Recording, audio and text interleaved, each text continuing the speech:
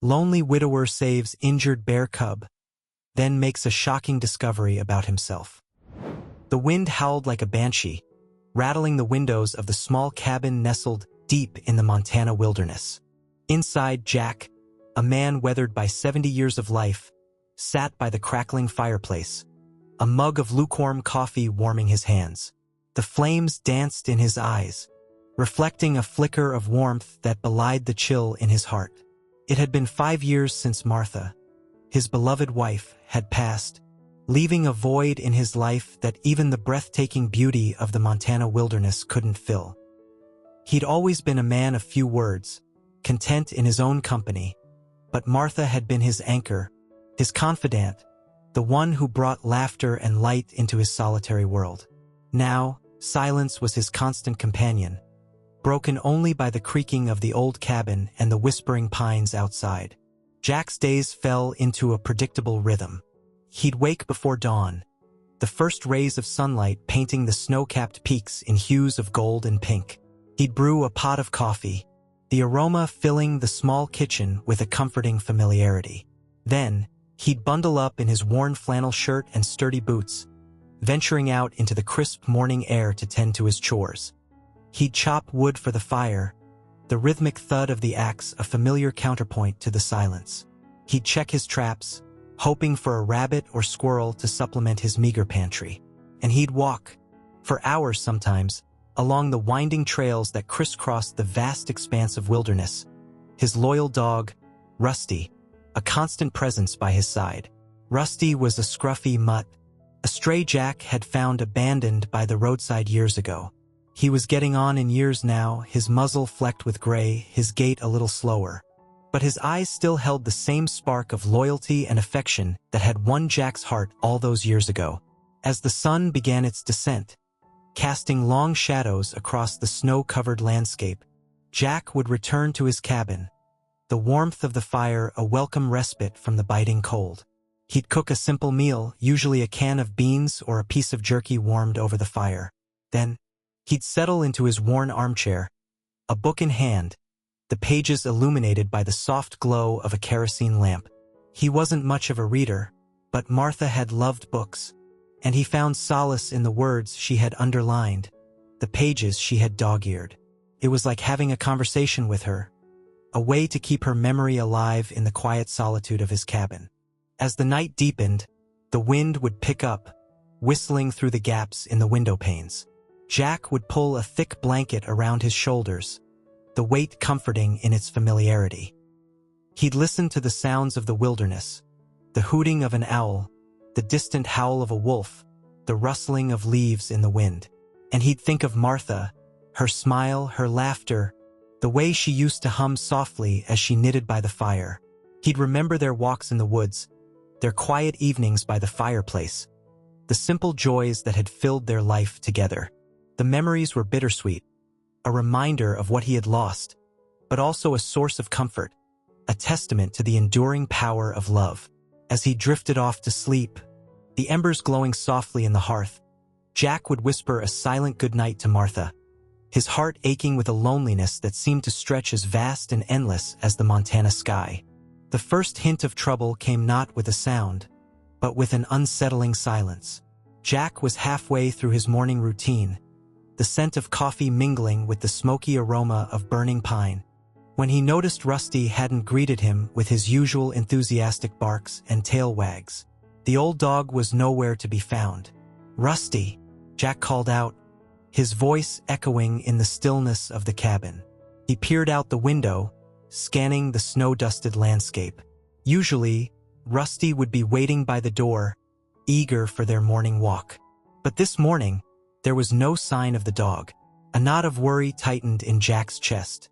Rusty was old, but he was never far from Jack's side. Something wasn't right. He pulled on his heavy coat and stepped out onto the porch, the frigid air biting at his face. "Rusty," he called again, his voice carrying across the clearing. Still no response. He was about to venture further when his eyes fell on the cabin door, or rather what was blocking it. A massive grizzly bear stood on its hind legs, its enormous frame filling the doorway. Its fur was a thick, dark brown, its claws the size of Jack's fingers. Its eyes, small and black, were fixed on Jack with an intensity that sent a shiver down his spine. Fear, cold and sharp, gripped him. He'd seen bears before, of course. Living in the wilderness, it was inevitable. But never this close, never this imposing. The bear made no move to attack, but its sheer presence was enough to paralyze Jack with terror. He slowly backed away, his heart pounding in his chest. He had to get back inside, find his rifle. But the bear remained rooted to the spot, an impenetrable wall of fur and muscle. Jack retreated into the cabin, his mind racing. He'd heard stories of bears breaking into cabins, driven by hunger or curiosity. But this bear wasn't trying to get in. It was almost as if it was guarding the door. He peered cautiously through the window, his breath fogging the glass. The bear hadn't moved. It stood there, silent and watchful, its presence an ominous threat. Hours crawled by. Jack paced the confines of his cabin, his anxiety growing with each passing minute. He tried to make sense of the situation. Why was the bear there? What did it want? Where was Rusty? He tried to scare the bear away, banging pots and pans, shouting at the top of his lungs. But the bear remained unfazed, its stoic presence a constant reminder of Jack's vulnerability. As the sun began to dip below the horizon, casting long shadows across the snow, despair started to creep in. He was trapped, a prisoner in his own home, at the mercy of a creature he couldn't understand. He thought of Martha, her calm demeanor in the face of adversity. He wished she were here, her presence a calming influence in this terrifying situation. He glanced out the window one last time, his gaze drawn to the bear's massive form. As the fading light caught its fur, he noticed something he hadn't seen before. A slight movement near the bear's paws. Something small and whimpering. A cub. The discovery of the cub sent a wave of understanding, and a different kind of fear, through Jack. This wasn't a rogue bear looking for an easy meal. This was a mother protecting her young. A mother who saw him, Jack, as a threat. He watched as the mother bear nudged the cub with her nose, a low growl rumbling in her chest. The cub whimpered in response, its movements sluggish. It was clearly injured, perhaps caught in a trap or fallen from a tree. Jack's heart ached for the helpless creature. He knew he couldn't just stand by and do nothing. He had to help, but how? He couldn't risk getting any closer to the bear. She was already on edge, and any sudden movement could trigger an attack. He thought of calling for help, but his phone was useless. The storm that had raged through the mountains a few days ago had knocked out the phone lines. He was on his own. He spent the rest of the day watching the bears, his anxiety a constant companion. He tried to gauge the cub's injuries, but it was difficult to see clearly from the window. The mother bear never left its side, her protective instincts on high alert. As darkness fell, the temperature plummeted. Jack built up the fire, the flames casting flickering shadows on the walls. He couldn't shake the image of the injured cub, its whimpers echoing in his mind. He knew he had to do something, but fear held him back. He thought of Martha again. She would have known what to do. She had a way with animals, a gentle touch that could calm even the most skittish creature. He wished he had her courage, her compassion. He tried to eat something, but the food tasted like ash in his mouth. He couldn't sleep, the fear of the bear and the worry for the cub keeping him awake. He paced the floor, his mind a whirlwind of thoughts and emotions. The next morning, the bear was still there, his presence a constant reminder of Jack's predicament. He watched as the mother bear tried to coax the cub to its feet, but the cub could only manage a few feeble steps before collapsing again. It was clear that the cub was in pain, and Jack's resolve to help grew stronger. He knew he couldn't approach the bear directly. He needed a distraction, something to draw her attention away from the cub. He rummaged through his cupboards, his eyes falling on a bag of dried apples he had saved for a special occasion. He grabbed the bag and cautiously approached the window. He opened the window a crack and tossed a handful of apples out onto the porch. The mother bear's head snapped up, her nostrils twitching as she caught the scent of the fruit.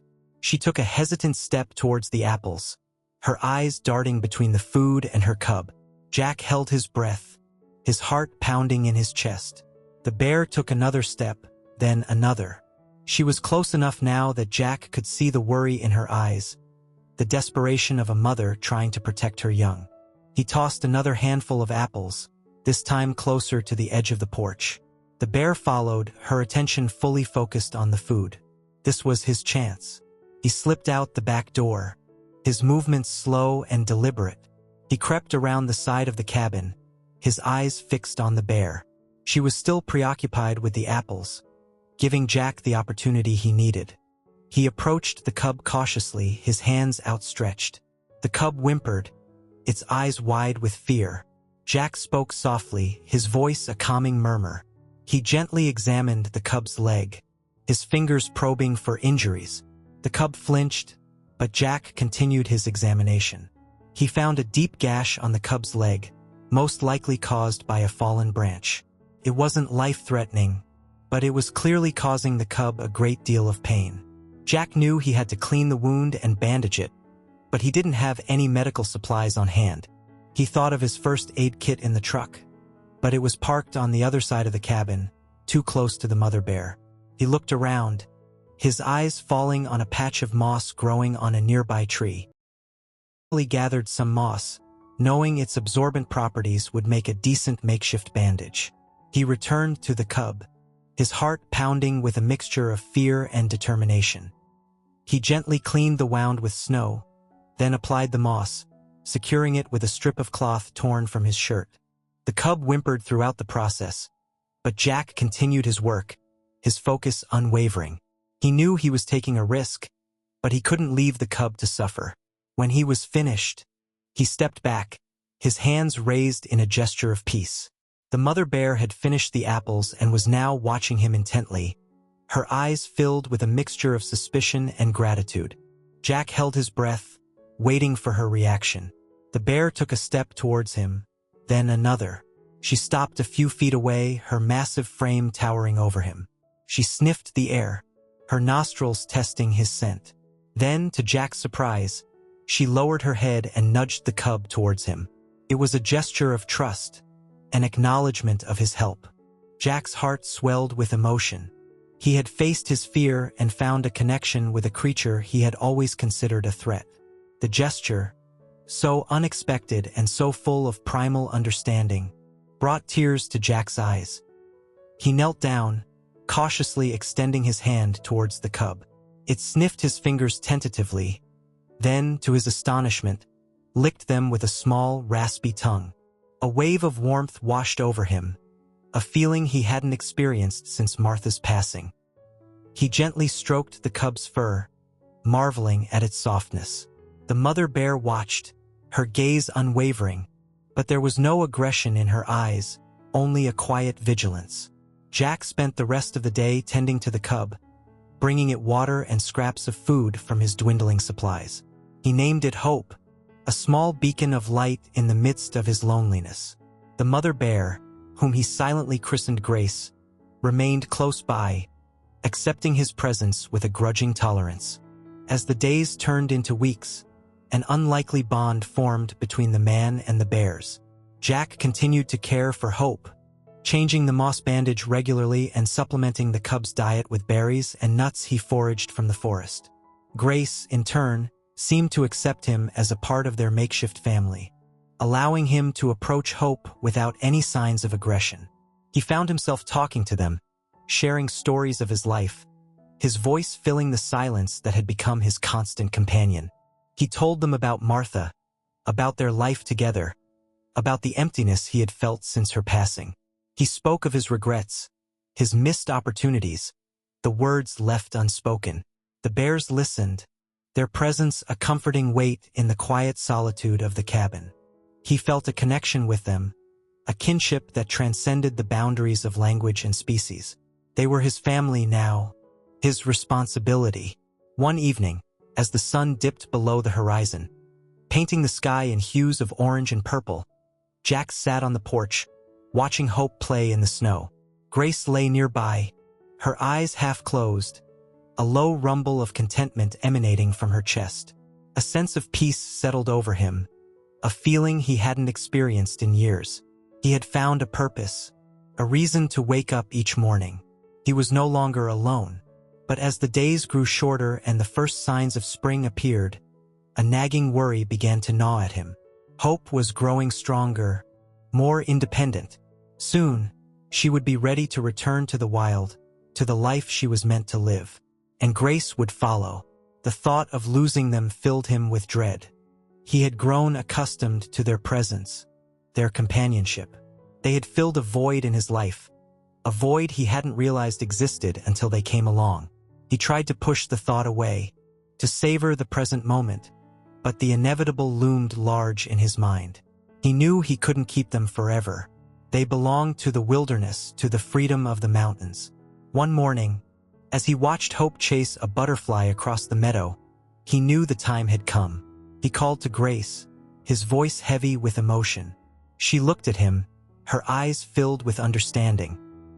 He knelt down and stroked Hope's fur one last time, his tears falling freely. "It's time to go home, little one," he whispered.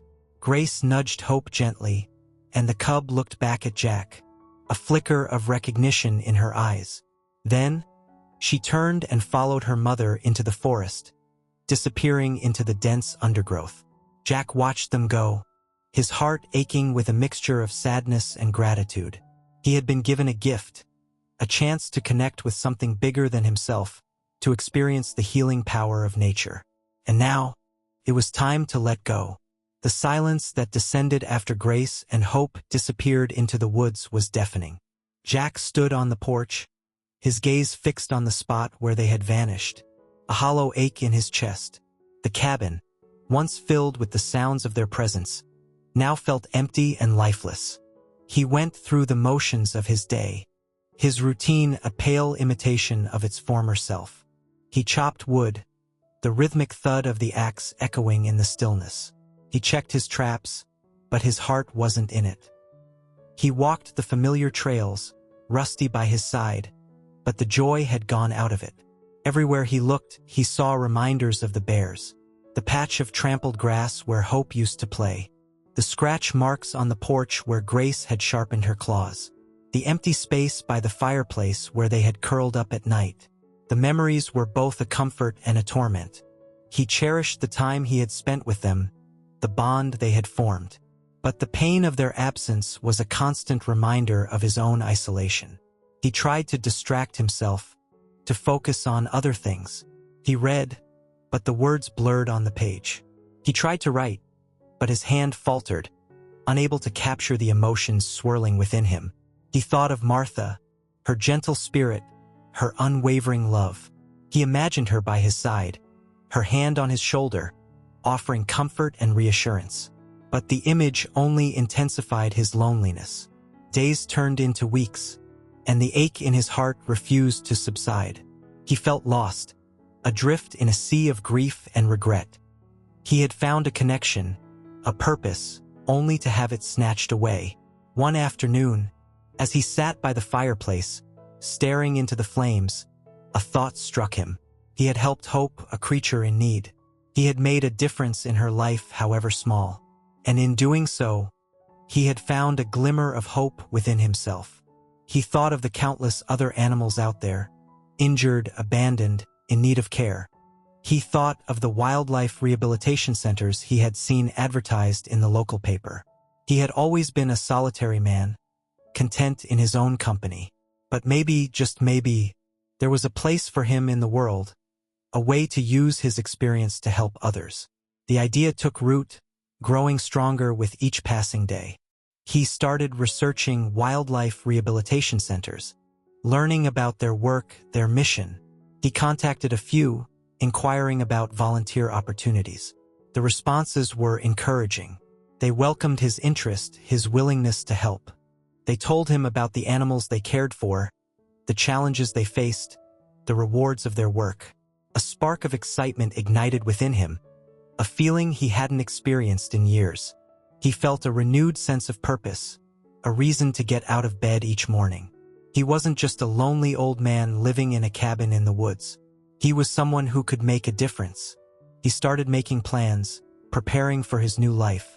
He cleaned the cabin, organizing his belongings, making it ready for his absence. He packed his bags, filling them with essentials, leaving behind the memories that haunted him. He said goodbye to the cabin, to the familiar trails, to the ghosts of his past. He took one last look at the mountains, the towering pines, the vast expanse of wilderness that had been his home for so many years. Then, with a heavy heart but a newfound sense of hope, he turned and walked away, ready to embrace a new chapter in his life. The Wildlife Rehabilitation Center was a haven of activity, a bustling world of chirping birds, mewing kittens, and the occasional grumpy raccoon. It was a far cry from the quiet solitude of Jack's cabin, but the energy was infectious. He felt a sense of purpose he hadn't experienced in years. He started slowly, assisting the staff with cleaning cages, preparing food, and observing the animals. He was drawn to the bears, of course, their presence stirring memories of grace and hope. But he also found himself fascinated by the other creatures, each with its own unique personality and story. There was a young eagle with a broken wing, a family of orphaned foxes, a deer that had been hit by a car. Each animal had its own unique set of challenges, and Jack was amazed by the dedication and compassion of the staff. He learned about the intricacies of wildlife rehabilitation, the delicate balance between providing care and encouraging independence. He learned about the importance of respecting the animals' wild nature, of preparing them for a return to their natural habitat. He found himself drawn to a particular bear, a young female named Luna. She had been found abandoned as a cub, her mother nowhere to be found. She was shy and wary, her eyes filled with a deep sadness that resonated with Jack. He spent hours with Luna, talking to her softly, offering her treats, and slowly gaining her trust. He saw a reflection of hope in her, a vulnerability that touched his heart.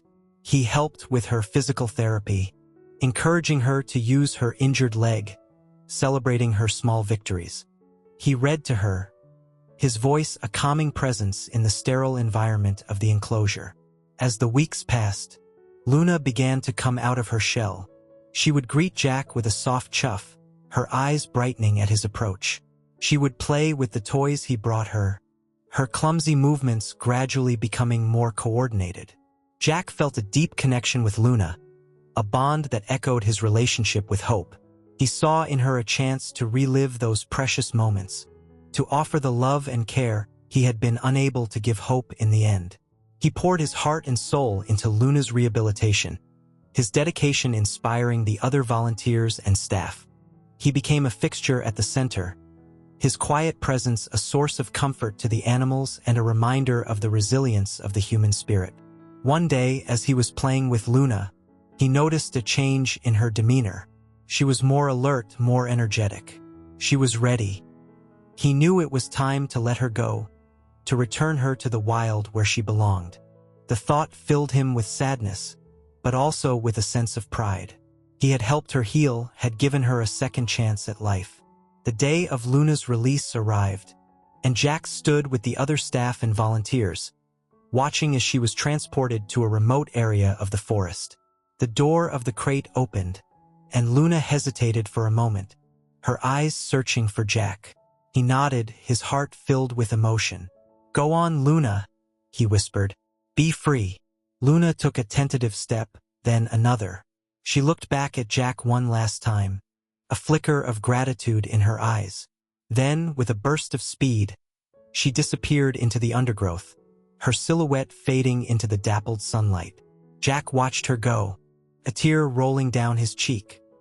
He had said goodbye to another bear, another creature he had come to love. But this time, the sadness was tempered with a sense of fulfillment.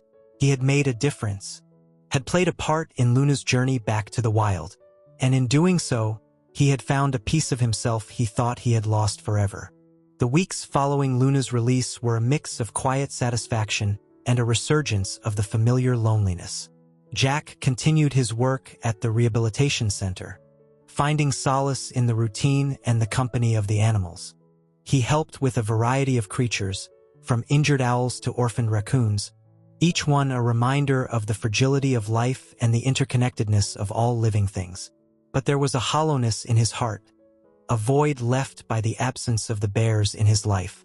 He missed the quiet companionship, the unspoken understanding, the feeling of being needed.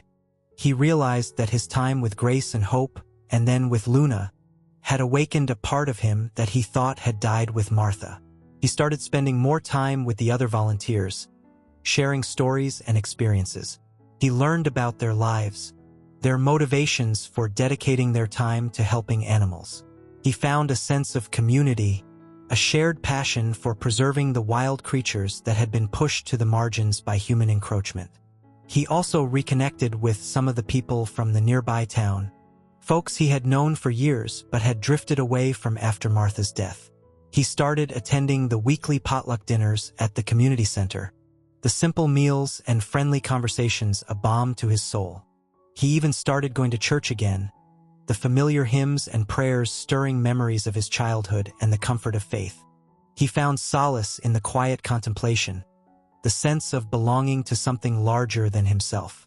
But despite these new connections, there was still a part of him that longed for the wilderness, for the solitude of his cabin, for the presence of the bears.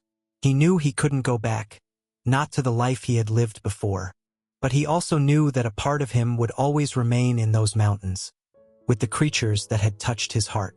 One evening, as he was driving home from the rehabilitation center, he saw a familiar figure lumbering across the road. A large grizzly bear, its fur dark and thick, its movements deliberate, paused in the middle of the road, its eyes meeting Jack's in a moment of recognition. Jack's heart skipped a beat. Couldn't be. Could it?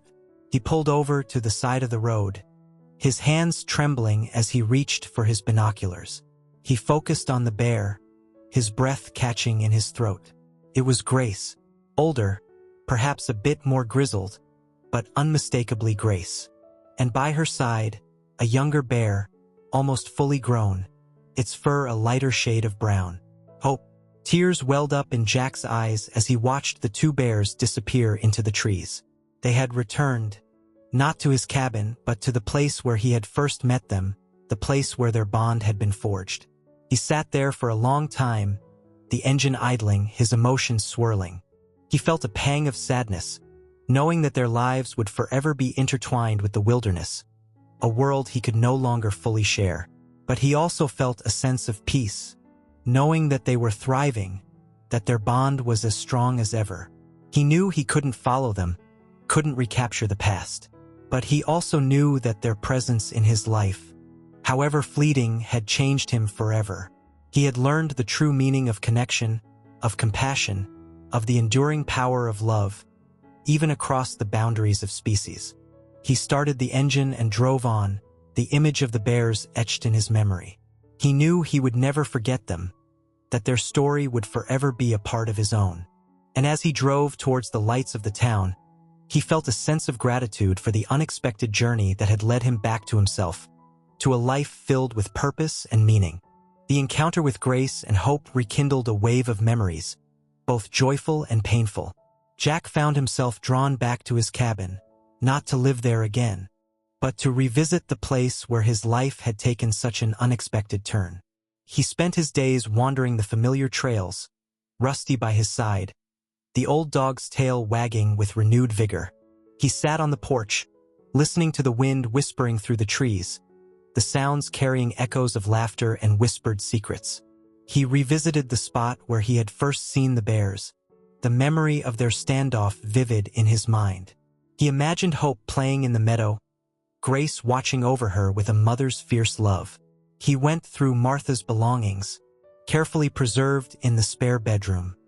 He touched her clothes, inhaled the faint scent of lavender that still lingered in the fabric. He looked at her photographs, her smile frozen in time, her eyes sparkling with life. He read her letters, the words filled with love and longing, a testament to their enduring bond. He remembered their dreams, their shared hopes for the future, the life they had planned to live together. The memories were bittersweet, a reminder of what he had lost, but also a source of comfort. He realized that Martha had never truly left him, that her spirit lived on in his heart, in the memories they had shared. He started talking to her again, sharing his thoughts and feelings, his voice echoing in the empty rooms. He told her about the bears, about the lessons they had taught him, about the new path he had found. He felt her presence with him, a gentle warmth that enveloped him like a hug. He knew she would have been proud of him, of the man he had become. He started writing again, not the stories he had once dreamed of writing, but letters to Martha, filled with his love, his regrets, his hopes for the future. He wrote about the animals he had helped, the people he had met, the beauty he had rediscovered in the world. He wrote about his loneliness, his struggles, his fears. He wrote about the healing power of nature, the resilience of the human spirit, the enduring power of love. He filled notebooks with his words, his handwriting shaky at first, then growing stronger with each passing day. He poured his heart out onto the pages, finding solace in the act of writing, in the connection he felt with Martha through his words. He started taking photographs again, capturing the beauty of the wilderness, the changing seasons, the fleeting moments of light and shadow.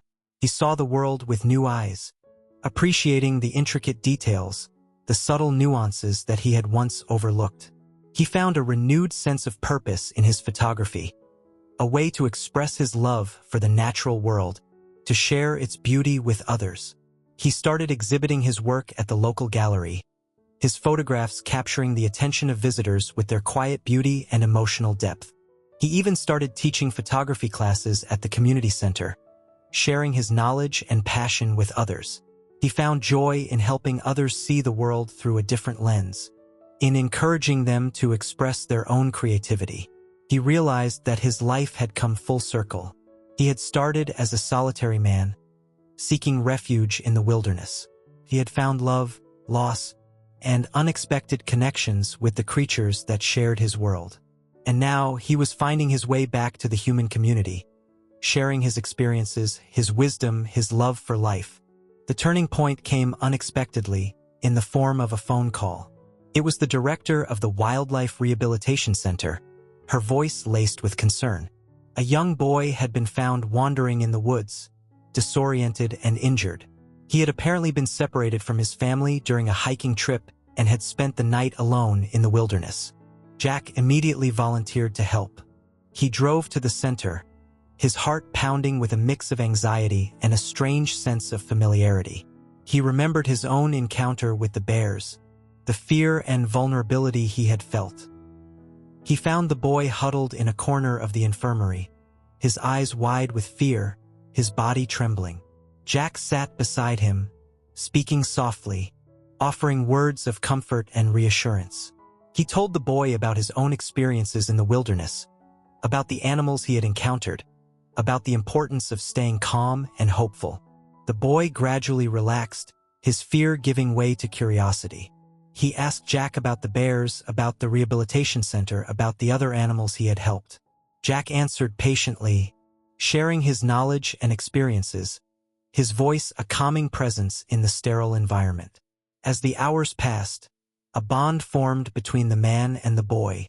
Jack saw in him a reflection of his younger self. The boy he had been before life had hardened him with loss and loneliness. He saw a spark of resilience, a yearning for connection, a love for the natural world. When the boy's parents arrived, their faces etched with worry and relief, they were effusive in their gratitude. They thanked Jack profusely, their words echoing the sentiments he had heard from countless others he had helped at the center. But this time something was different. As he looked at the boy, safe and reunited with his family, Jack felt a surge of emotion that transcended the satisfaction of helping another creature in need. He felt a sense of purpose, a calling to protect and nurture the next generation, to share his love for the wilderness and its inhabitants. He realized that his experiences, his losses, his encounters with the bears, had all led him to this moment. He had been given a gift, a chance to make a difference in the lives of others, to leave a legacy that extended beyond his own solitary existence. He decided to dedicate his time to working with children, sharing his knowledge of the wilderness, teaching them about the importance of conservation and respect for all living things. He started organizing nature walks, leading groups of children through the forests and meadows, pointing out the intricate details of the ecosystem, the interconnectedness of all living things. He taught them about the animals, their habits, their habitats, their importance in the balance of nature. He shared his stories of the bears, emphasizing the importance of respecting their wildness, of coexisting peacefully with these magnificent creatures. He became a mentor to many of the children, a grandfather figure who listened patiently to their stories, offered guidance and support, and encouraged their dreams. He found joy in their laughter, their curiosity, their boundless energy. He realized that he had found a new family, a community of young people who shared his love for the natural world. He had found a way to pass on his knowledge, his experiences, his love for life, ensuring that his legacy would live on long after he was gone. Years passed and Jack's hair turned silver, his steps a little slower, but his eyes still held the same spark of life, the same gentle wisdom that had touched so many lives. He continued his work with the children, his passion for nature undimmed, his stories of the bears becoming legendary among the younger generation. He became a beloved figure in the community, his presence a comforting constant at school events, community gatherings, and church picnics. He was known as Grandpa Jack, the wise old man who could tell stories of the wilderness like no one else, the man who had taught them to appreciate the beauty and fragility of the natural world. He never returned to live in his cabin, but he visited it often, finding solace in the familiar surroundings, the memories of Grace, Hope, and Martha. He would sit on the porch, watching the sunset paint the sky in hues of gold and crimson, feeling a sense of peace that transcended the loneliness of his solitary life. He had found a new kind of family, a community that embraced him with open arms, a generation of young people who looked up to him with admiration and affection. He had found a way to channel his grief, his love, his experiences into something meaningful, something that would leave a lasting impact on the world. One day, as he was leading a group of children on a nature walk, he stumbled upon a familiar sight: a large grizzly bear, its fur streaked with gray, its movements deliberate but cautious. It was Grace, older now, her muzzle flecked with white, but her eyes still holding the same fierce intelligence. And by her side, a younger bear, its fur a rich brown, its playful antics a reminder of Hope. It was Hope's cub, a new generation carrying on the legacy of their unlikely friendship. The children gasped, their eyes wide with wonder and a touch of fear. Jack smiled, his heart swelling with emotion. He knelt down, motioning for the children to remain quiet, and spoke to the bears in a soft, reassuring voice. Grace recognized him instantly, her eyes softening as she watched him. She nudged her cub forward, encouraging it to approach. The young bear hesitated for a moment, then cautiously stepped towards Jack, sniffing the air with curiosity. Jack extended his hand, palm open, a gesture of peace and friendship. The young bear sniffed his hand tentatively, then, to the delight of the children, licked it with a raspy tongue. A wave of laughter erupted from the children, their fear replaced with wonder and excitement. Jack smiled, his eyes filled with tears. He had come full circle, his journey of grief and healing culminating in this unexpected reunion. He had found peace in the wilderness, in the company of the bears, in the love of the children, in the memories of his past. He had found a way to turn his losses into lessons, his loneliness into connection, his pain into purpose. He had found his place in the world, not as a solitary man in a remote cabin, but as a beloved member of a community, a mentor to a new generation, a guardian of the wilderness, a man who had learned to embrace life in all its beauty and complexity. And as he stood there, surrounded by the children, the bears watching from a distance, he knew that his story, like the echoes of the wind whispering through the trees, would continue to resonate long after he was gone.